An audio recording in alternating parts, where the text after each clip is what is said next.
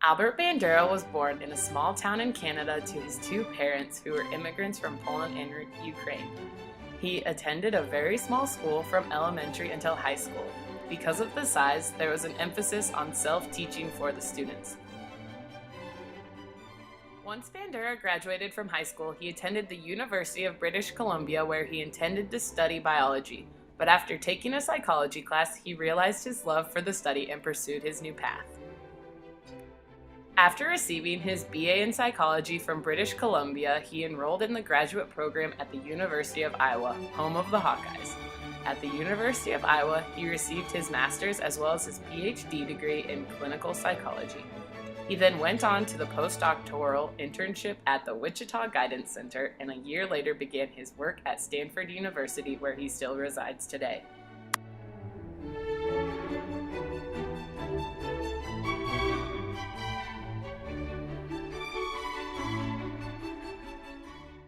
Early in his career, Bandura developed his social learning theory. This was his first major contribution to his field of study. The theory took the already established idea of behavior being influenced by reinforcement and punishment, then added a focus on learning from observing others. Bandura defined the major difference between learning and behavior. Learning is the acquisition of knowledge. Behavior is the observable performance we show based on that knowledge. His famous Bobo doll experiment suggested that children could learn both positive and negative behaviors from watching others. This study also suggested that incentives could affect performance. Positive incentives encouraged the behavior, while negative incentives discouraged the behavior. In 1986, Bandura established his social cognitive theory. It distinguishes between two types of learning, inactive and vicarious. Self-efficacy is confidence in ourselves in a particular area or skill. It is the key to social cognitive theory.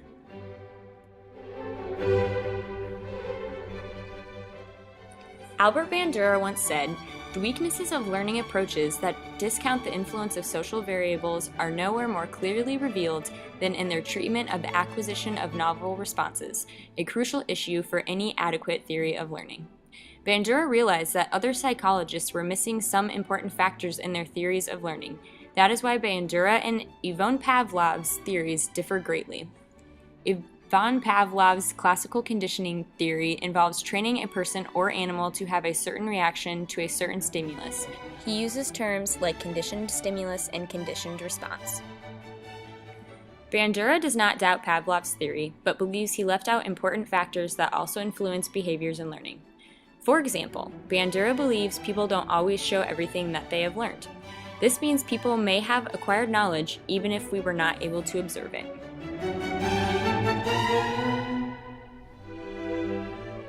Bandura's theory also differs from Edward Thorndike's and B.F. Skinner's theory of operant conditioning. Edward Thorndike created what is called the law of effect. This discusses positive and negative consequences and how they affect future behavior. B.F. Skinner extended his theory and researched how positive reinforcement, positive punishment, negative reinforcement, and negative punishment determine how a person or animal learn to behave in the future. Earlier in his career, Bandura used the terms of operant conditioning, but believed there was a lot more to the process. Things like incentives and how others around you act may influence how a person acts. Operant conditioning also fails to incorporate cognitive factors like one's beliefs and expectations.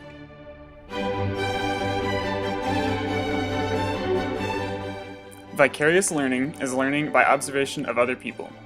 The model performs the behavior and experiences the consequences. The observer then sees that behavior and the consequences. Then the observer starts to perform that behavior more or less frequently, depending on the consequences. Vicarious learning is hands-on. These are the three main steps to vicarious learning. It starts with either prompting, modeling, feedback, or goals. The behavior is then determined to be desired or undesired. Then the consequences are reinforcement, whether it be positive or negative, punishment, extinction, or avoidance. This girl is using lipstick the same way her mother is. This girl is brushing her teeth with her dad. Monkey see, monkey do. The girl sees the woman put on those shoes, so she tries to do it herself. This kid is mowing the lawn like the man behind him. This guy sees those people dancing, so he decides he wants to dance too. All these pictures are examples of how vicarious learning works.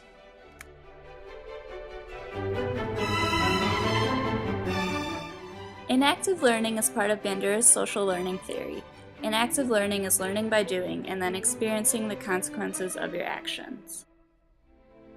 Inactive learning is different from operant conditioning because the consequences of your actions provide information rather than strengthening or weakening the behavior.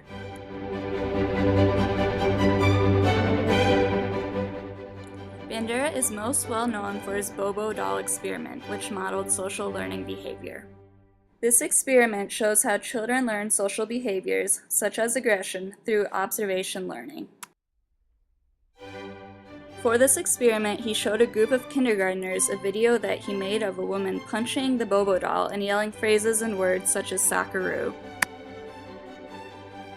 He then let the kindergartners play in the room with the Bobo doll. As you might expect, the kids copied the behavior they saw in the video, punching the Bobo doll and yelling the same phrases that the woman in the video said. Here's a short clip of Bandura's Bobo doll experiment. The model pummeled the doll with the mallet, flung it in the air,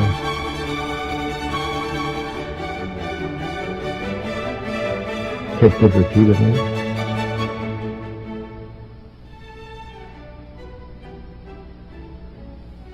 threw it down and beat it.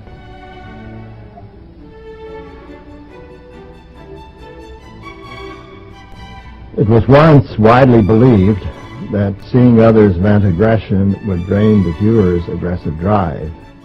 As you can see, exposure to aggressive modeling is hardly cathartic.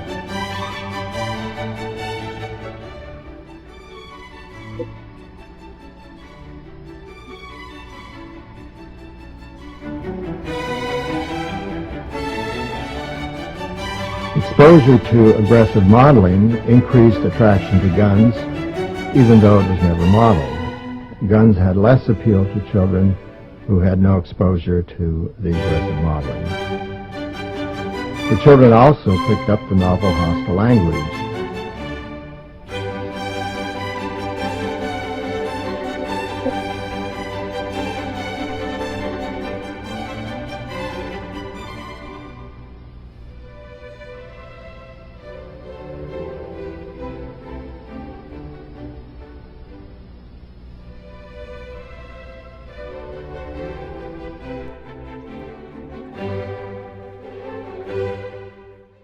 Albert Bandura was a strong believer in self-efficacy.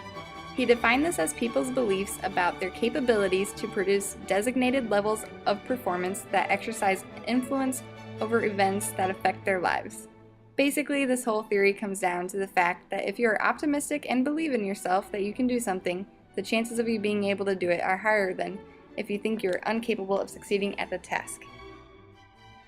There are 4 main sources of self-efficacy. The first one being mastery of experiences. This is also the most effective way to create a strong sense of efficacy. If you succeed in previous experiments that lead up to this moment, you will be more confident in yourself and succeed yet again. On the other hand, if you fail time after time, you will most likely go in doubting your abilities and fail also. Another source of self-efficacy is comparing oneself to a social model. By seeing someone else succeed that has many similarities as you will think you can succeed too. Social persuasion is a third way to gain self-efficacy. If someone is encouraging you and telling you only positive remarks, you will believe them and succeed. If people are discouraging you and pointing out all of your flaws, you may fall short of the goal.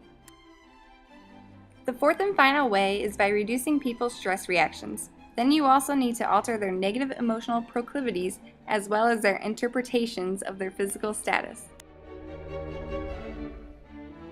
Over time, there has been a lot of evidence that supports the idea of human accomplishment and being optimistic go hand in hand with each other. If you have a high sense of self-efficacy, you will be able to achieve what doubters cannot, even with all the obstacles and setbacks that will come your way.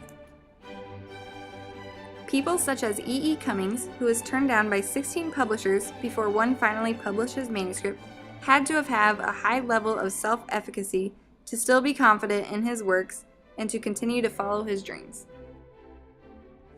Some challenges you will come across too in life you can do by yourself. Most challenges will require a group effort to produce the change you are trying to make.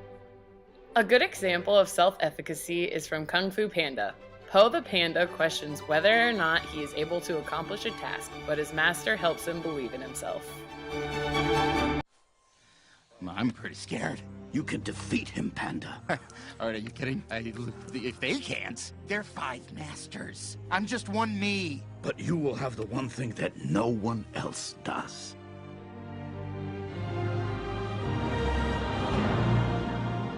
You really believe I'm ready? You are.